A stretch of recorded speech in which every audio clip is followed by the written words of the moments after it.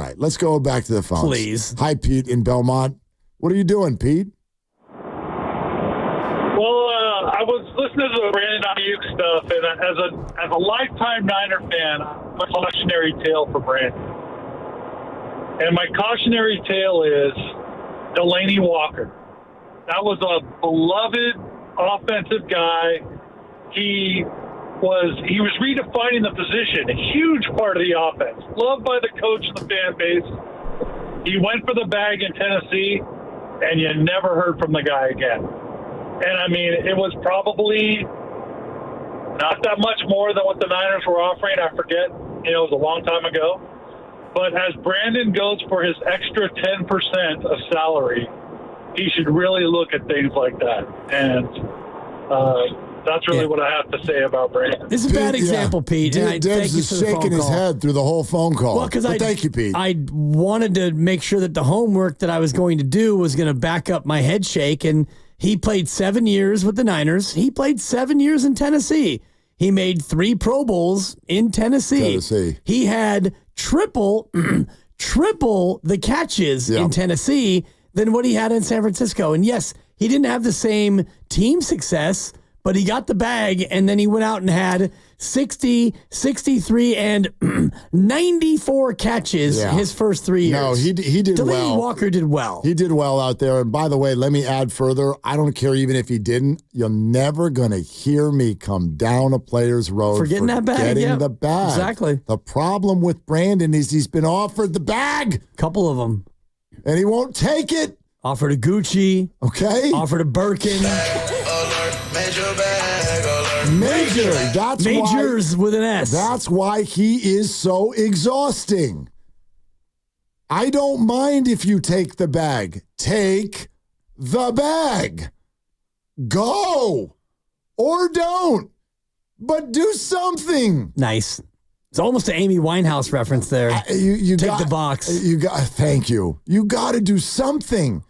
So there are tons of examples that, in fact, would have been better. You want to know, and this is maybe going back a little ways, but Pete sounds like he's got a couple of rings on his tree. He's an old soul. Yeah, like for me, my favorite example is Alvin Harper, who played next to Michael Irvin with the Dallas Cowboys, and he took a bag to go to the Tampa Bay Bucks, and that was when the Bucks weren't pewter yet. They were just creamsicle orange, and they were terrible every single year. And he went and got the bag. And he was like, it's time for me to be wide receiver 1. Now go look those numbers up. I got them. Give me some numbers. Alvin Harper with the Cowboys, Alvin Harper with the Bucks. Last year with the Cowboys, he led the league in yards per reception at 24.9. He only had 33 grabs, but 8 touchdowns. Then he went to Tampa, 46 grabs, 19 grabs. Then he went to Washington, 2 grabs. 2 grabs. Then he went back to Dallas, no grabs. Yeah. Sounds to me like he went for the bag to Tampa and got fewer than 100 catches in the rest of his career. 67, Mark. There you go. So that's a good example. Yeah. And by the way, even then, you won't hear me criticize a guy. Yeah. What a wild thing to do in life. Rip other people for taking the top salary? That's what all of us do. That's what we try to do. That's their job. They you want to go get the biggest salary? Go get the biggest salary. They'll never, if Brandon, and by the way, those guys all did it as free agents. But this guy's doing it not as a free agent and won't say yes to anything. Well, he's kind of a free agent. He's not. Well, they're treating him like it. They are. He's kind of a free agent. Well, the way that they're treating him. Sort of. Like a concocted version of. I mean, they're trying to trade him. He's a semi-free agent. Yeah, they're not cutting him. No, but he's telling you where he might want to go. And so you're working with those teams to try to make him feel comfortable where he might go. And then he doesn't really want to go there. They're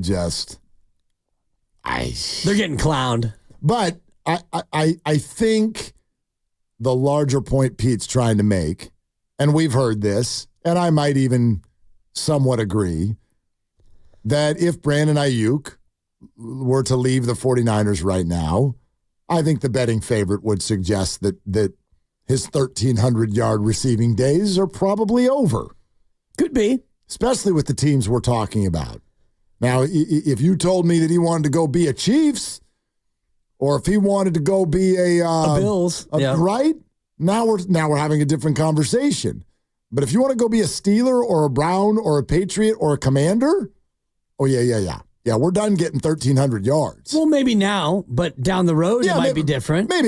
Maybe. Yeah, and Delaney Walker was 29 when he went to Tennessee. He had already played 7 years with the Niners. So that was a spot where, you're fully into your career. You're a free agent. You go there and you have a chance to be tight end one. Because I think he was sharing catches with Vernon Davis at the time. So another good point. Yes, there was an opportunity exactly that for him to grow. Yes, and for Brandon, you already wide receiver one, and yes, Debo is there, but you get the most targets of anybody. So it's not like you're lacking for targets. You're not lacking for love here. You're just lacking for money. He might argue that he's lacking for targets, but at the same token, it's like that's here, and all of the reports suggest that when it's whittled down to the bottom, Brandon still wants to stay here. But the weirdest of all things that I think I've heard all summer long about Brandon is now that Brandon wants to stay, but that the number for the Niners has to be higher than it is other places. Right. Whether that's because of taxes or what, I have no idea, or because you're emotionally hurt about this. And again, I don't know what's true or not when it comes to that stuff. Social media has gotten out of control with Brandon Aiyuk. That I'm sure of. By the way, quick aside on this. I think this is funny. And I like Andrew Filipponi. Andrew and I, we're not like great friends, but he does something on FanDuel and I go on with him a lot and he comes on with us a lot. And so I like the guy. I really do. Texting with him, whatever. This idea that if Brandon were to end up with the Steelers, then all of your Steelers tweets for the last 2 months are now correct? Sorry. No, they're not. Like, unless you worded them differently. But we saw what y'all said. Trade is done. Brandon's coming to Pittsburgh. Right. Wrong. No, factually wrong. The trade is done. No, it's not. And Brandon might be coming to Pittsburgh. The trade is not done. I don't even know that a framework has been agreed to. But if a framework has been agreed to, then a framework has been agreed to. Right. There is not a completed trade. Brandon is not on his way to Pittsburgh. Brandon is not on his way anywhere. Brandon seems to be on his way to John Lynch's office again in sneakers. He might be in Vegas. Maybe. With the fellas. It'd be good to know. I'd love to know. Is he in Vegas? Right. Where is he back home? Where's Brandon? Is he in Washington, D.C., watching the game with Jaden? Yeah, you can't report something. That'd be like if 2 years ago, I'd have been like, you know what? Klay Thompson has been traded to the Mavericks. The guard is on his way to Dallas. And then this year happens and you're like, scoreboard. See? Scoreboard, my friends. No. That's a no. No, I think we can look at this. Social media got out of control. And this is what I mean. It always gets out of control. But this is what I mean by the Niners are being used as a prop. Everybody knows you're going to get followers and engagement and spin. Send people to your YouTube channel when you start screaming and yelling Niners. Breaking news. Siren emoji. We got this, that, the other. Brandon and Brock, and now Brock and Brandon and this and that and Debo and whoop. And Trent. Yeah. Good Lord. Like, stop. You're winning. You're winning on your platform, but none of this is real. I just don't think, I think very little of this is real. Right, but what is real? I don't know. What is real is that Brandon Aiyuk is not playing football for the 49ers right now. Or anyone. Right. Brandon Aiyuk is under contract, but he's not playing football for the Niners. He's showing up, but he's not playing. That's real. Is there a contract that they're working out? Is there a trade that is imminent? We don't know. All of the reporting has been on both sides of that. We don't know what is real or what is not real. All we know is that your best wide receiver is not playing football for you right now. And does that really matter 17 days away from the opener? No, it doesn't really matter yet. But when will it start to matter? And I think it starts to matter come Monday, like you were saying before, yesterday or the day before, like your deadline, you've had it up to here. And if it's not done by Monday, well, then you're out on Brandon and you're done with Brandon. And that feels to me like what the team would probably be thinking as well, because as of Tuesday, You have to make roster decisions, and you'd like to know if he's going to be on your roster or not. They're going to sneak him onto the injured list with that back injury? Maybe. And I bet you Pearsall shows up on the injured list. Maybe. Either the PUP or the IR. Where are you on that? On Brandon Aiyuk? On basically like, how far can we go before this actually becomes a problem? You may answer that by saying it already is. You know, I mentioned, yes, I like if Monday at 2:00. That's when we're done with this show today. We will not be back until Monday at 2:00. And actually about 1:48, you know, Steiny and Goo will be kind enough, I think, to invite us in here and we'll all talk. And if Brandon Aiyuk's situation is not done by then, I promise you right here and now, I will say into these microphones, not that anybody really cares, not that this will have a huge effect on the situation, but I will say into this microphone, I am now done with this situation. And if I were the Niners, I would take one of two actions. You can either go to an available trade, or you can simply say to Brandon, we're now done here. You know where to find us if you'd like to talk again. And then go play football and go get yourself ready for the New York Jets, which on that day will be exactly 2 weeks away from coming to Levi's Stadium for a game. That's how I would handle it. I'm not in charge. I don't know how it's going to go, but that to me is when it officially becomes a real distraction. I think what's been happening up until this point is largely annoying but forgivable and recoverable. I think that changes next week. For me, it's probably Tuesday when the actual roster decisions have to be made. Monday happens, and if Monday nothing is done, you get to Tuesday at 1:00 when rosters have to be turned in, and you got to push that piece of paper across the virtual table, and you got to tell the league who your 53 are. That, to me, is when you have to make that decision. And if you're not extended by then, if he's not traded by then, okay, what are we doing? Are you playing football? If you're not playing football, then we'll put you on IR, and you can sit there on IR until we, decide that you're healthy enough to be activated, or we can have you be a part of our active roster, and we expect you to show up to practice tomorrow. So for me, it's Tuesday when the roster gets turned in. Yeah, okay. Monday, Tuesday. The same. Yep. It's all the same. Next week. But next week. Already, to your earlier point, I already do think that it's been a distraction. Has it been such a distraction that you can't recover from it and still win games? Of course not. But in the eyes of the fans, which, again, that doesn't really affect how you play football, but I know that fans are feeling differently about Brandon Aiyuk now than they did last February. I'm arriving at a spot where there's a piece of me now, just because the conversation has happened enough times. I almost, like I'm reverse interested, if that's a phrase. I'll explain what I mean. But no, like I'm interested to see what it would look like without Brandon. I don't want that, but because the conversation's happening, I'm now intrigued. I mean, aren't we talking about, at the core of all of this, aren't we talking about the perceived arrogance of Kyle Shanahan? A lot of it, yeah. Okay? Yeah. And actually, that's something, maybe let's go there. 888-957-9570. And sort of like how that sits with you. The perceived arrogance of Kyle Shanahan. Meaning, like, sure, we've been to a Super Bowl with a quarterback. Nah, we're going to get a new quarterback because we want a quarterback on a rookie deal. And I feel like we can, this offense can roll with multiple quarterbacks. And then you can totally mess that pick up and then slip and fall into a 7th round quarterback and win with him.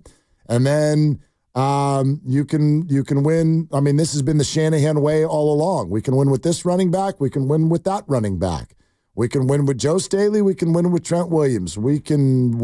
Raheem Mostert, Jeff Wilson Jr. Raheem Mostert wants a raise. You're like, that's funny. You're an undrafted free agent. What do you make? $2 million? Fine. We'll give you 2.1. Get in here, or else we're going to win without you. How far does that go? It's gone really far. As I mentioned in our thread earlier, the last 5 years, they've made 4 conference championship games and 2 Super Bowls, and they've done it with 3 different quarterbacks or 4 different quarterbacks. They've had, Jimmy and then Trey, and then you had... Only 2 have actually taken them to that game, though. Yeah, but yes, I hear what you're saying. You've had a collection of receivers and a collection of running backs, and you've had, different linemen, the whole thing, as you were mentioning. So I think that speaks to arrogance is one word, but it's also just success. And so if you're Kyle Shanahan and you look at what you've done since you've been here, you inherited a roster that was awful. You were 2-14, and Grandy and I did this when you were out of town. We were just kind of joking about some of the names on the roster and what that he inherited, and you have systematically gone about rebuilding it into one of the best rosters. Apologies to Pro Football Talk, who may or may not agree with how good this roster is, but for the last 5 years, you've been playing on that second to last weekend of the year or the last weekend. So if you're Kyle Shanahan, you're thinking, I can do it again. If Brandon's not here, I can do it with whomever.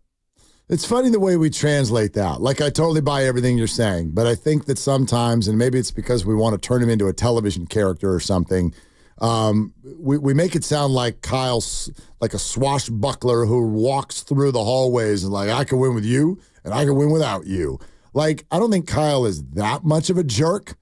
You know what I mean? I think Kyle, in other words, I think Kyle Shanahan values the people around him, but he also really, really believes in his system and what he's doing. And so do I. I think it's funny sometimes that more people don't. Let's play the Tom Brady comment again from a different angle. We played it an hour ago, talking about Super Bowl hangovers. But listen to it again and listen to what Tom Brady, who was turned down to come be a 49er, listen to what he says about the team. And this was unprompted. He wasn't asked to talk about the 49ers. He was asked to talk about Super Bowl hangovers. And this is on the Stephen A. Smith Show. I think perspective will determine that ultimately when we look back. So in any team in the moment that I would say loses a Super Bowl, how many times have we lost Super Bowl and then the next year the team doesn't make the playoffs? That happens quite a bit. Yeah. You know why? Because every year you start back at the bottom with everybody else. Whether you win the Super Bowl, whether you finish in 32nd place, you start at the bottom of that mountain that you're trying to climb. And I think someone like the 49ers, for example, they run a great program. I think they have a very good ownership. They have a very good general manager. They have a good head coach. They have a very good quarterback. They have a very good defense and defensive coordinator who they've had. Mm-hmm. And I think those are great fundamentals of what you're looking for to build an organization, those positions. So Tom Brady, by the way, thinks higher of the 49ers than most fans I talk to. Exactly. That's pretty interesting to me. Loves the ownership, loves the coach, loves the front office. Loves the quarterback. Right, loves it all. He was quoted last year as saying there's so much bad quarterbacking in the NFL, but he likes Brock Purdy. Right. Maybe he's just lobbying to be Brock's replacement if Brock gets hurt. Maybe. But, like, there's something there, right? Which is to say, like, okay, what if I go, sure, fine, Kyle's arrogant. Kind of a jerk sometimes. So?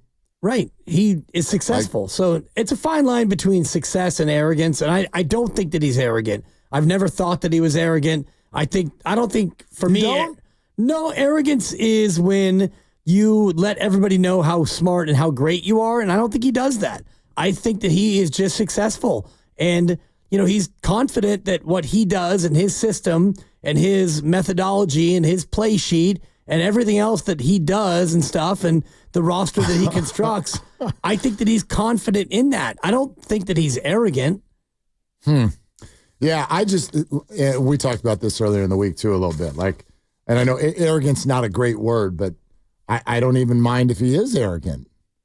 Like, he can back it up. Hasn't that always been the thing we say in sports? Don't be arrogant unless you can back it up. Back that thing up. Doesn't he back it up? He backs it up. Right, and now we'll get all the calls. But look what he chokes in the Super Bowl. I mean, actually, Tom talked about that a little bit too, which we can play for you coming up next. But glad you're with us. 888-957-9570, the number. We're sponsored by Safeway, Willard and Dibs.